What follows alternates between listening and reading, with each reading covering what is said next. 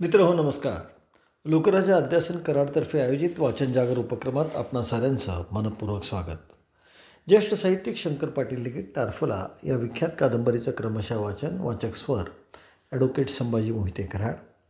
या वाचन जागर उपक्रमासाठी पाठबळ आणि प्रोत्साहन अर्थकारणातील अग्रेसर the Karad urban cooperative bank Karad आणि शिक्षणातील अग्रेसर अर्थातच भारती विद्यापीठ पुणे.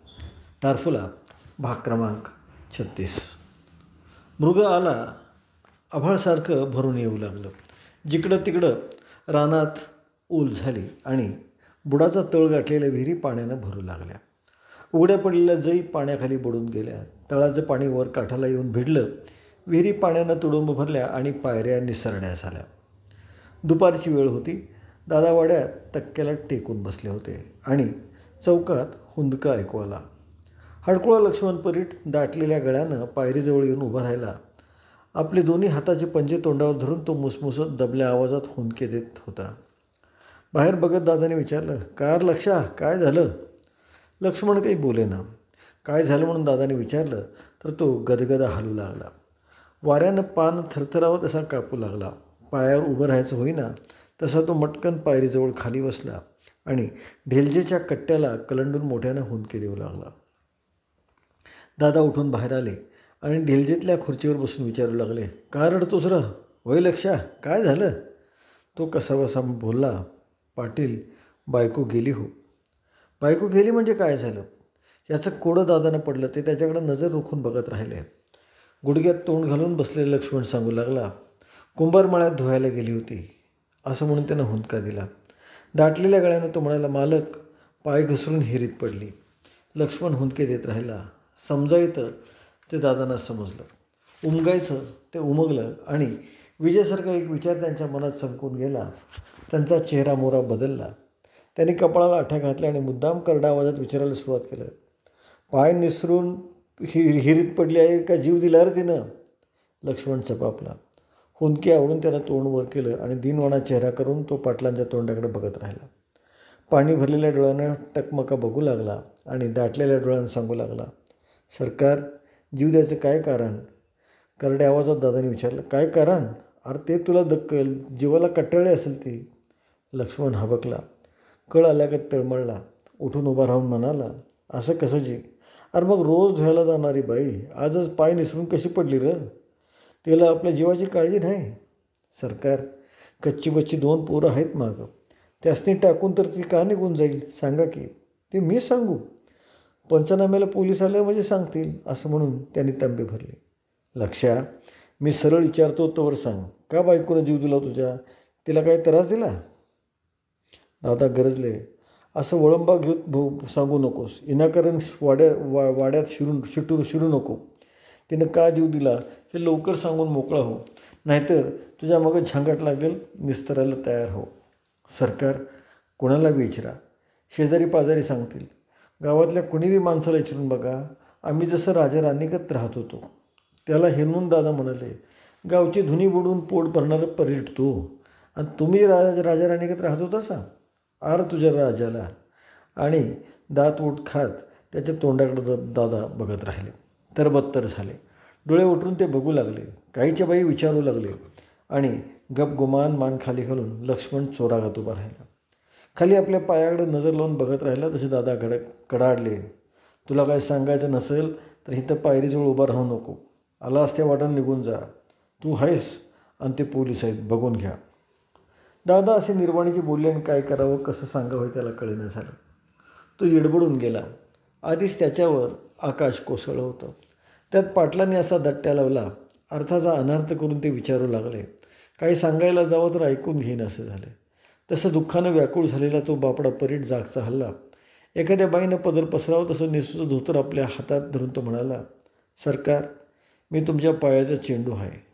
कोलवा अगर काय बी करा, पण एक वार विनंती करून सांगतो, तुम्हीच गावचं राजं. सांभाळणार तुम्हीच, मारणार तुम्हीच." दादा गुरगुरले. त्याला पुरतं बोलू न देता म्हणाले, "परटा, तोंडावर सोनपंतागत मला पुराण सांगत बसू नको. का बायकोनं जीव दिला सांगायचं असेल तर सांग, नाहीतर तुझा रस्ता कातर." "मालक, माझ्या पोराच्या टाळूवर हात मारून सांगतो, दादा कडाडले, तुझा रस्ता सुधार बघू. एवढं बोलून दादा तावानं आत निघून गेले आणि ढेलच्याकडे बघत लक्ष्मण उभा राहिला. काय करावं त्याला कळेना झालं. एक नवं संकट येऊन उभं राहिलं. विनवण्या करण्यात आणि दया भाकण्यात काही अर्थ राहिला नाही. नवी काळजी मनात उत्पन्न झाली. भांबून गेलेला लक्ष्मण बायको गेल्याचं दुःख विसरून गेला. हे नवं संकट कसं निस्तरावं हा घोर त्याच्या जीवाला लागला. अखेर खाल मानेनं आणि पडल्या तोंडानं तो आत आला तसा मागे फिरला. आपल्या विचारात काळजीत पाय ओढत जाऊ लागला.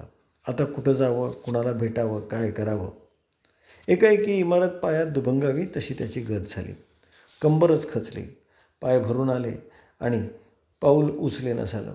ह्या दिवसा डोळ्यापुढं चांदण्या दिसू लागल्या. आता पोलीस येतील, आडवं विचारू लागतील. काय सांगू रे देवा, ही काय सक्रात आली माझ्यावर. हडबडलेल्या परट्याला काही सुचेना. कुणाला भेटावं, काय सांगावं काही समजेना झालं. पण आता खटपटीला लागल्याशिवाय गत्यंतर नव्हतं. मरायची ती बायको मरून गेली. निस्तराची पाळी त्याच्यावर आली. त्यानं उगाच विचार केला आणि विचवागत तरा तो रावणानांच्या पोराकडे गेला. हिंदूराव एकटाच घरात बसला होता. लक्ष्मण एकाएकी आत गेला आणि पाय शिवून बोलला, तुम्हीच आता मायबाप. हो तर तारा, नाहीतर मारा. मला दुसरा कोणी वाली राहिला नाही. त्या गरीब परटाचा हा बोल हिंदूरावच्या काळजाला जाऊन भिडला. पाजर फुटल्यागत त्यानं विचारलं, काय रे लक्ष्मण, काय झालं. अशानं असं म्हणून त्यानं सारी हकीकत सांगितली. हिंदूरावानं ती कान देऊन ऐकली आणि धीर देऊन तो म्हणाला, काय घाबरू नकोस, चल माझ्या संग, आपण जाऊ, दादासने विचारू, त्यांची समजूत घालू. गाईच्या पाठीमागं वासरू जावं तसा तो हिंदूरावच्या मागणं चालू लागला. दोघेही पुन्हा वाड्यात आले. हिंदूरावच्या आशेवर राहिलेला परीट अंग आखडून उभा राहिला आणि त्या दोघांनीही चौकात बघून कुत्र्यावर खेकसल्यागत दादा ओरडले, आणि का आलायस रे परटा. हिंदूरावला पुढं घालून आलायस वय, वशीला लावा आलायस. परटाच्या काळजानं ठाव सोडला. वाऱ्याला तोंड पसरून तो उभा राहिला आणि इशारा दिल्यागत दादा हिंदूरावला म्हणाले, हिंदूराव, रावणाना गेल्यापासून पोटच्या पोरागत म्या तुला पाळले, त्याचा गैरफायदा घेऊ नकस. डोळ्याला डोळा लावून हिंदूराव बोलला, ते नव्ह, ह्या गरीब परट्यावर असा दात का धरला आहे. त्यानं काय त्रास केला आहे हो.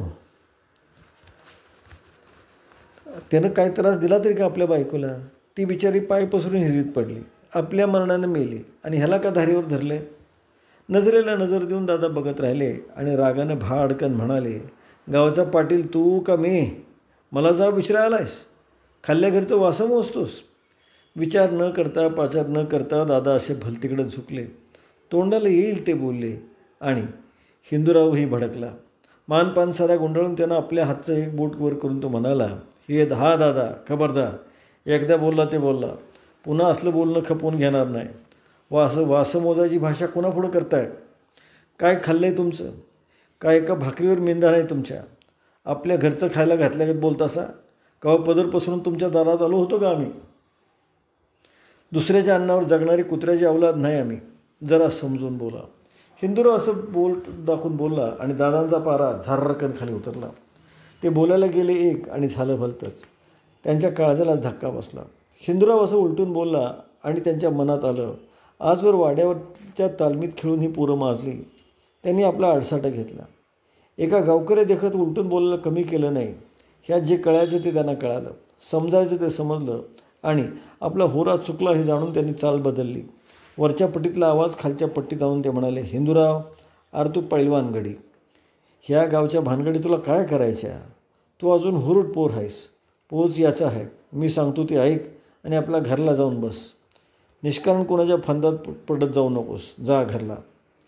घरला जा म्हणताच हिंदूराव गर्रकन मागं वळला. पाठ फिरून आपल्या रस्त्याला लागला. एडबडलेला परीटही त्याची पाठ धरून चालू लागला. चालता चालता हिंदूरावनं मागं वळून बघितलं आणि दातवट खाऊन तो म्हणायला सांगू लागला, आईला, ह्याच्या पायात आमच्या आबाचा खून झाला. आम्ही आहे म्हणून ह्यो जित्ता राहिला आणि आता ह्याच्या डोळ्याला धूर आला आहे. ह्याला कोण विचारणारं राहिलेलं नाही का. डोळ्याच्या भावल्या उरपाट्या झाल्यात. आम्हाला पोटच्या पोरागत मानते म्हणून गप बसायची पाळी आल्या, नाहीतर ह्याचा फऱ्यातनं पाय काढायला काय वेळ लागणार आहे. बोलता बोलता दोघेही घरापर्यंत आले आणि परटानं विचारलं, आता काय करायचं हिंदूराव. हिंदूराव थोडा विचार केला आणि कपाळाला आट्या घालून तो बोलला, जा बाबा काहीतरी कर जा. तो तुझ्याकडे काहीतरी 100-500 रुपये घेतले बिगार सोडायचा नाही. लाग जा घनपट्टीला आणि आल्या संकटातनं मोकळा हो. ह्या उपर मी तरी काय सांगणार का तुला. आणि कोणी वाली नसलेला परीट त्याच्या तोंडाकडे बघत राहिला. जोंधळ्याला पोटरी पडू लागली, मिरच्या झाडाला लोंबू लागल्या, आऱ्या सुटून शेंगाचे वेल चांगले पसरू लागले. दिवाळी आली, कडाक्याची थंडी पडू लागली आणि कणसाचा दाणा भरू लागला. शेंगाचे वेल उफराटी जाऊ लागले आणि पारख्यातली डुकरं रानात येऊन पिकाला तोंड लावू लागली. शेंगाचे आरेचे आरे नांगरले जाऊ लागले. आणि एक दिवस सनदी रवणानाच्या पोरांना बोलवायला घरी गेला. चावडीचं बोलवणं आलं तशी तिने पोरं चावडीवर येऊन बसले. आपल्याच तोऱ्यात उभी राहिली. तक्क्याला टेकून बसलेले दादा त्यांच्या तोंडाकडे बघत म्हणाले, तुम्हाला कायदा माहीत आहे का नाही. दादांचंही विचारणं झोंबलं आणि तेवढ्याच गुरमीत हिंदुरानं विचारलं, काय अपराध घडला आमच्या हातनं. दादाने मान वळवली आणि डोळे उठरून तोंडाकडे बघत ते म्हणाले, कालच्या रात्री तुम्ही रानात डुक्कर मारला म्हणा. डोळ्याला डोळा भिडून हिंदुराव बोलला, होय मारला. मग आता काय करायचं. होय दादा, आम्ही रानात शेंगा केल्यात, त्या पार्कातल्या डुकरासनी खायला नवं, अपराध झाला आहे. मग आता काय फासाला द्यायचं असेल तर द्या. अंगाचा भडका उडालेले दादा तोंडाकडे बघत राहिले. मिसेसचे एक टोक हातात धरून ते म्हणाले, आणि वर हे बोलणं. त्याच आवाजात हिंदुराव म्हणला, वाड्यावर याचं सोडलं म्हणून डुकराचं निमित्त झालं होय तुम्हाला. म्हणून संधी बोलवाय घरला धाडला होय आमच्या. वय काय करणार आहेस. तालमीतली 4 आडगी पोरं संघ आहेत म्हणून त्यांच्या जीवावर उड्या मारू नगस. दादा, तुम्ही बी आकारानं हा डाव खेळू नकासा. आम्ही मारल्याचं डुक्करच तेवढं दिसतंय होय. न बोलता दादा त्याच्या तोंडाकडे नजर लावून बघत राहिले. आणि गावात एक निराळं वारं वाहू लागलं. आज आपण थांबतो आहोत. नमस्कार. जय भारत.